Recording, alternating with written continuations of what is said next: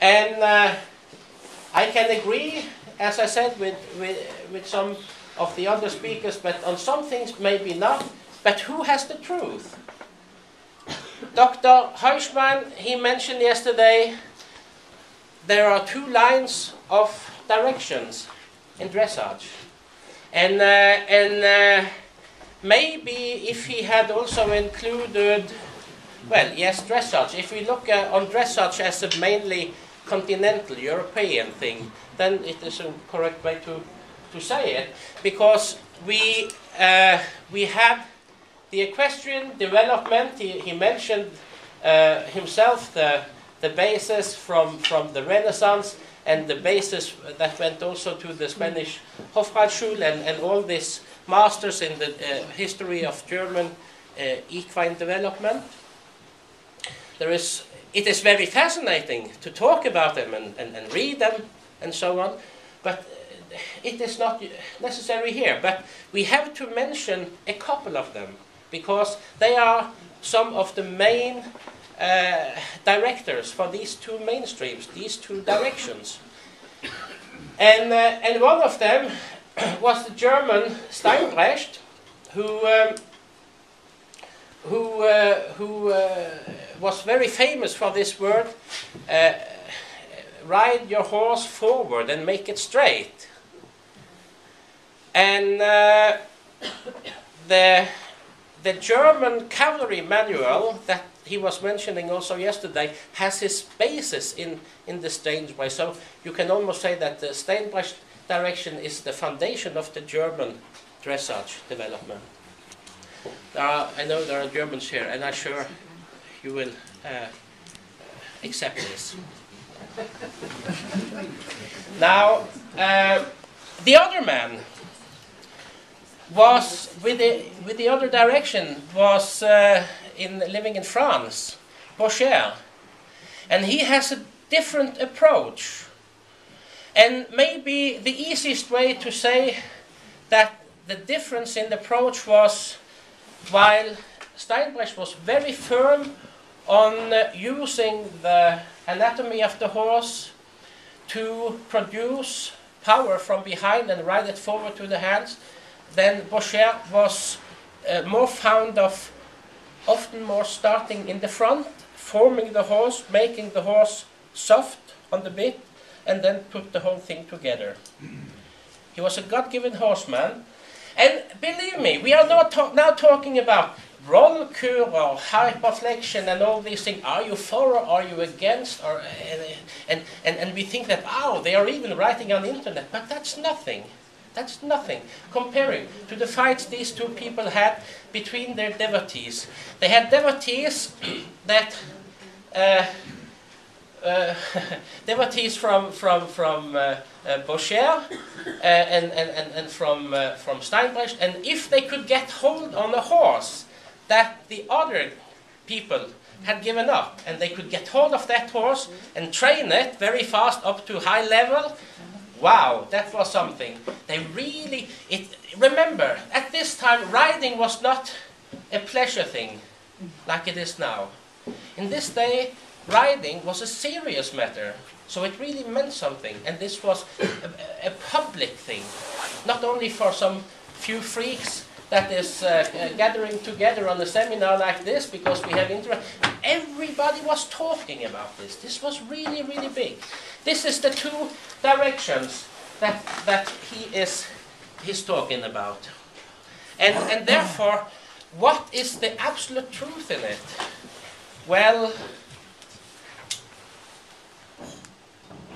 I know what standpoint I have taken, but I can also believe that there can be some combinations. Another thing is equestrian education in general. And maybe it's easiest.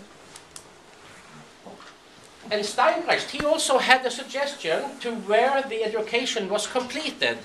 And he said that it is when you have made your horse so gymnastic that you can use the horse's carrying power and blend it with the propulsive power, and you can blend it as you like it.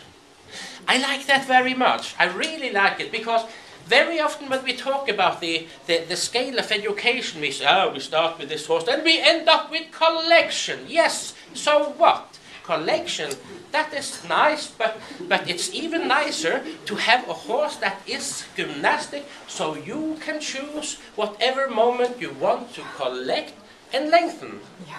This is the goal. Yeah. And then we have the two sides, and somewhere in between there must be a point that divides up the difference between basic education and what is after basic education. Kyra talks about that ABC. Mysler talks about to bring the horse on the bit. That's the basic education, and what comes after that is the continuous education, and separating the forward driving and the restraining aids. So you are not pushing the gas pedal and the brakes at the same time. There has to be a difference. There has to be a difference between go forward and stop. And I learned something last time I was at Wiesenhof to teach the young riders. They told me that in Germany you have a sentence saying that a horse that is a young horse, then the difference is longer, and the more educated the horse is, the distance is getting shorter. Is that right? It sounds right, at least. We say that's right. It sounds right. You know what I mean? Which distance? Which distance? Distance between the forward, between the go signal and the stop signal. Yeah? Yeah. Yeah? For young, uneducated horses, you have to have a dead clear difference from the go signal and stop signal. But then again, Borchia says at his end, there comes a time where you have to start to unite it. And this is what is so interesting, because that shows that in the development of the horse, there comes a time where the horse is able to react and understand the almost simultaneously use of the aids. Almost simultaneously. Okay, you know what I mean. And that's where it very often goes wrong, because maybe the rider has read in page 15 in the book that when you ride a half halt and you do so and so with your seat and legs and so with your reins, and the horse do not understand what the rider means, because the horse maybe has come to page 5. So this makes a very big problem in riding. And this we see on the track, this we see as judges. And when we see this, of course we have to react, because this is not good riding, it's bad riding. Terminology, part 3. Perfect outline, 9 to 10. What is that? Whew. It's a hard one. And